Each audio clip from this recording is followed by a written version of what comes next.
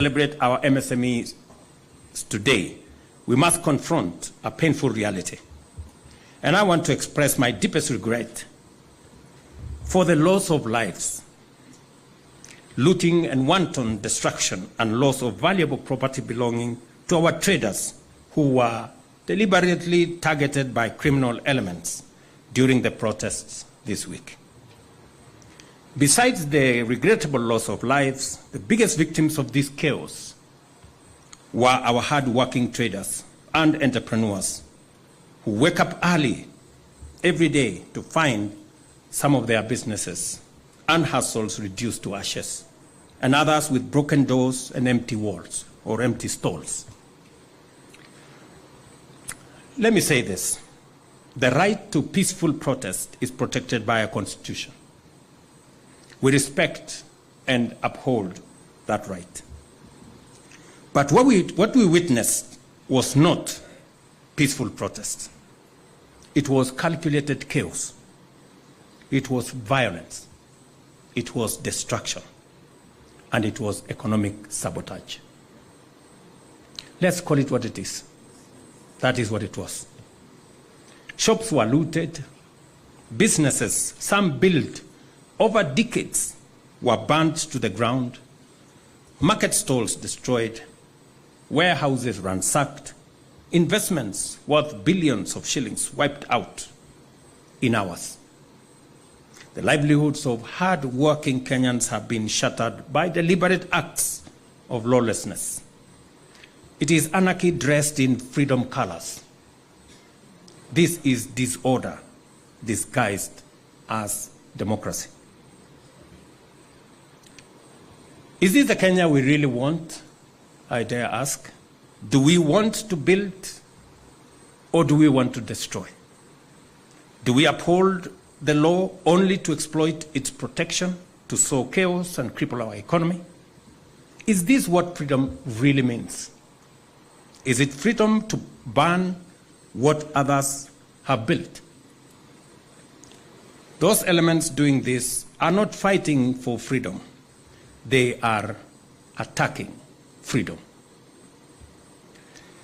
I expect the Inspector General of Police and all relevant security agencies to conduct immediate, thorough, and speedy investigations. The perpetrators of this violence, looting, and destruction must be identified and prosecuted for the fullest extent of the law, swiftly and decisively. Kenya is a country governed by the rule of law, and the government will not allow such acts to destroy lives and livelihoods. To the political actors who think they can exploit the genuine aspirations of our young people to foment chaos, violence, and destruction, the wheels of justice will find you and deal with you firmly, decisively, within the full letter of the law. For those who want power, the Constitution is clear. Elections will come. Formulate a better plan. Convince the people of Kenya. Win fairly. That is how change happens in a democracy.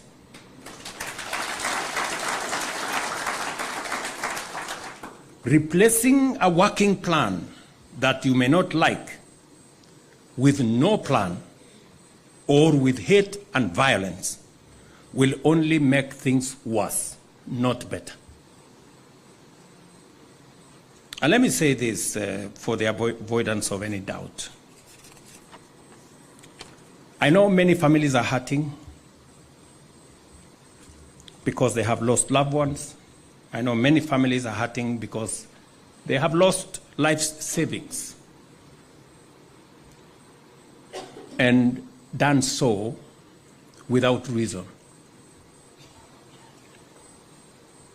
For the MSME sector, the sector that I speak to here, which contributes 85% of our jobs, we have 17 million Kenyans working in this space.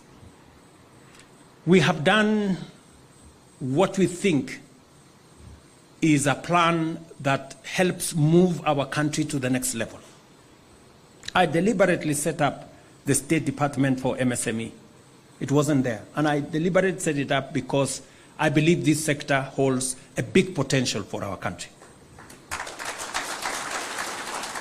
We have aligned policy. We have decriminalized the MSME sector. We are formalizing the MSME sector. We are saying registration of the MSME sector must be made simple.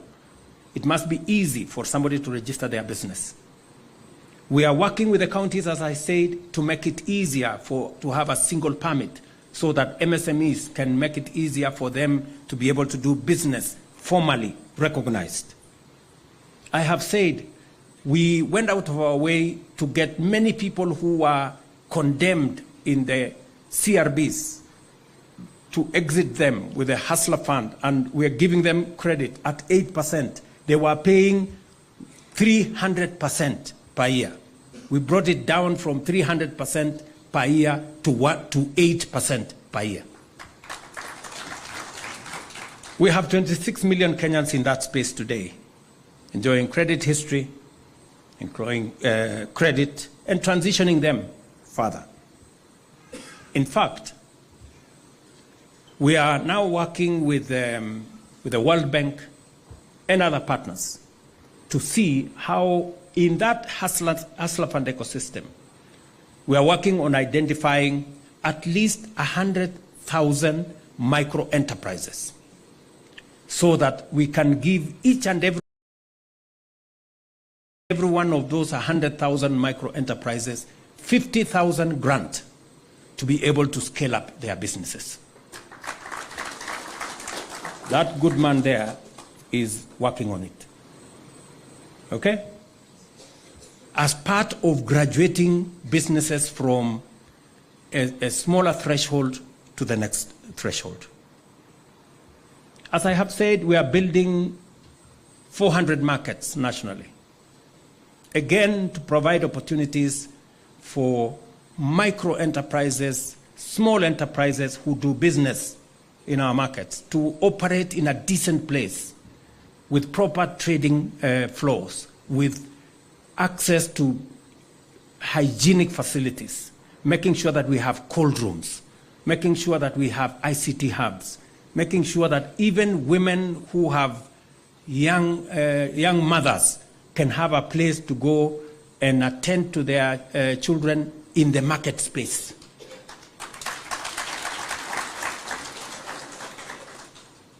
We are, as I said, working on common user facilities, county aggregation and industrial parks, recognizing that not every small trader has the money to buy the equipment for them to manufacture the things they want to manufacture. That is why we are consolidating, aggregating in our county aggregation and industrial parks so that we can equip those parks with the necessary equipment so that our micro and small, medium enterprises can carry out their manufacturing in these facilities as they are doing in Karioko here, and be able to improve their products, be able to improve their markets, and be able to access even better markets.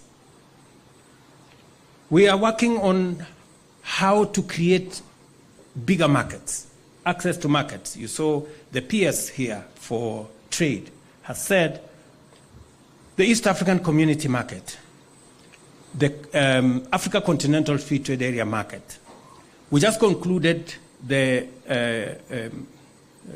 European market, working on the Economic Partnership Agreement between Kenya and 26 European countries. We concluded it last year. It came into force in June last year. We now have access to 420 million people market in Europe. We have concluded agreements with UAE. We now have a signed agreement with the UAE market. Last couple of weeks, we also agreed with the 1.4 billion people market of China. I was in China 2 months ago. I had an engagement with President Xi, and he gave me undertaking that they are going to consider Kenya, alongside other African countries, for tariff-free access to their market.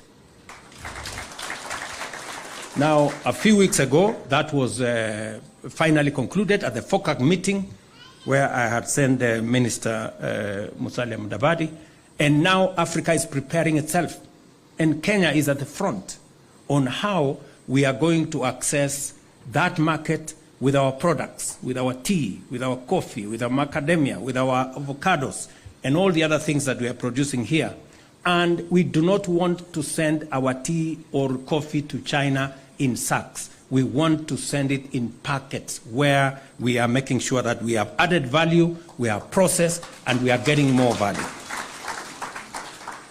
In the finance bill that I signed yesterday, we have removed all taxes on packaging material for tea, coffee, and all the other export products because we want to domesticate manufacturing in Kenya. We don't want to take our products in raw form to any part of the world. This is the plan. This is the implementation we have. What I'm asking is that, because I have tried to listen to the people organizing the demonstrations, and they have said three things. They have said they love Kenya, but they hate the leaders. And they have talked something about one term. And they have said Ruto must go.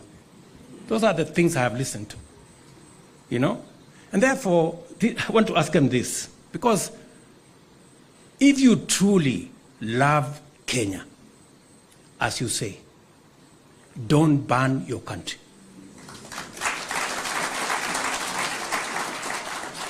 If you are telling us you truly love this nation, don't be part of the problem. Figure out how we are going to get solutions.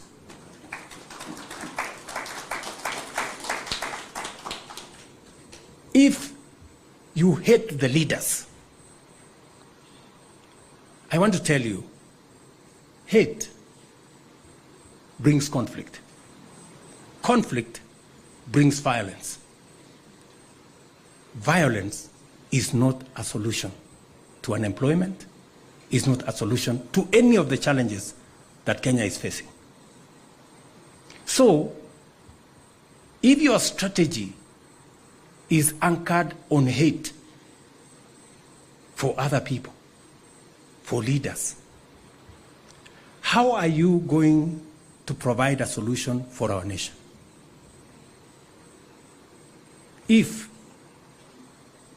your protest and demonstration is anchored on hate for others, we must be honest, we must be candid with ourselves as a nation, because what is going on in these streets, people think it is fashionable. Because there, take selfies, post on social media. I want to tell you, if we continue that way, they will finish with the small enterprises in downtown. They will move. They will be in Kileleshwa. They will be in Lavington. They will be in Karen. They will be everywhere. And we shortly will not have a country. I don't know whether that is the direction we want to go. And if it's a question of terms, the Constitution already has sorted out and settled the issue of terms. Terms are limited. You can either be one term, you can be two term.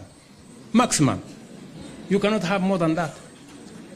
So what is this craze about terms? The Constitution already provides for those terms. So please, let us look for the solutions of our challenges. And solutions cannot be found in terms. Solutions are found in strategy and a plan. And if it is Ruto must go, tell me how you want me to go. What? You know, I mean, let's be honest with ourselves. What do you mean? What do you mean by Ruto must go? How do I go? Because we have a constitution in place, dear people, right? Yes. If you want Ruto to go, please, my simple advice to you, look for a better plan. Convince the people of Kenya that you have a better plan. This one of mine has created 250,000 jobs in the housing sector. Look for one that creates 500,000. This one of mine, I have brought down the cost of unga from 240 to 160. Look for one that brings it to 50. Violence will not. Anarchy will not. It will not sort out our country. Let us not fool ourselves. So, let's be honest to one another. I have listened to what these people are saying. So, if you want Ruto to go, please, do the honorable thing, Develop a better plan than the one I have. Yes. The one that creates more jobs than the one I have. The one that brings down the cost of living than the one I have. The one that creates more opportunities for the young people of Kenya than the one that exists. Do not tell us that you hate so-and-so. This one must go. That one must have this term or the other. And you have no strategy. I have said, you cannot replace a plan that is working that you don't like with no plan. The only thing you have, you are armed with hate and violence. And then you want us to agree with you? Really? Please. There are very few fools in Kenya. Persuade us.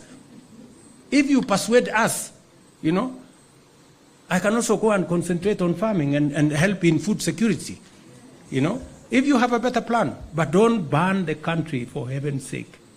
We don't have another country.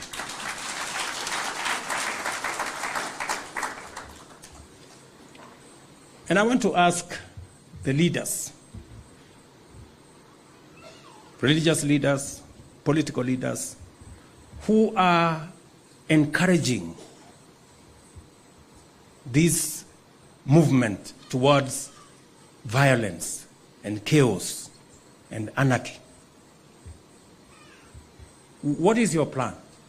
So, you're telling these young people to burn the place. You're telling them to cause violence. So that what happens? So that we move to where? So these are questions that we need to ask ourselves as Kenyans, because if we go this route, we will not have a country. Yes. And the country does not belong to William Ruto. The country belongs to all of us. And if there is no country for William Ruto, there is no country for you. So no. So let's really be honest with ourselves, and let's be candid. What is it that we are trying to achieve? Yeah. So, finally, good people, to the MSME sector, your resilience in our nation is our nation's strength. Your success is our collective prosperity. Kenya will not be held hostage by violence. We will protect our economy, defend our democracy, and secure the livelihoods of all Kenyans. It is the responsibility that is on my shoulders now, and I want to assure this nation I will do the best that I can to protect everybody and to protect everybody's business, because it is the responsibility that I have at the moment. Until that responsibility is exercised by somebody else, I will do it. So let's just be clear that we cannot continue in this manner. We have to find another way of doing business. We cannot continue this way. It is not possible. We cannot continue to have people like Kevin You know, we had many people with jobs on 24th. On 25th, their jobs went up in flames. We had many people with businesses on 24th. Today, they are living in squalor. They don't know what to do next. You know, and there are people who are telling us, oh, you know, 25th was very successful. Really? It was successful? With people having died? With so many people hurt? With so many businesses destroyed? With many businesses up in flames? Was it successful? We are going to answer those questions as we go forward. So, good people, let me say I am very happy that I came to participate in this international celebration of MSMEs, because if there was a place for us to participate, it is in this space, because it carries 80% of our working people in the Republic of Kenya. We will continue to work with you. We will continue to build the structures to support this space, and God willing, we're going to make it better. Asanteni sana, and God bless you. Thank you. Thank you very much, Your Excellency, for that wonderful and reflective speech. Your Excellency, if I may request that we remain on stage. Let's take our seats, please. Allow me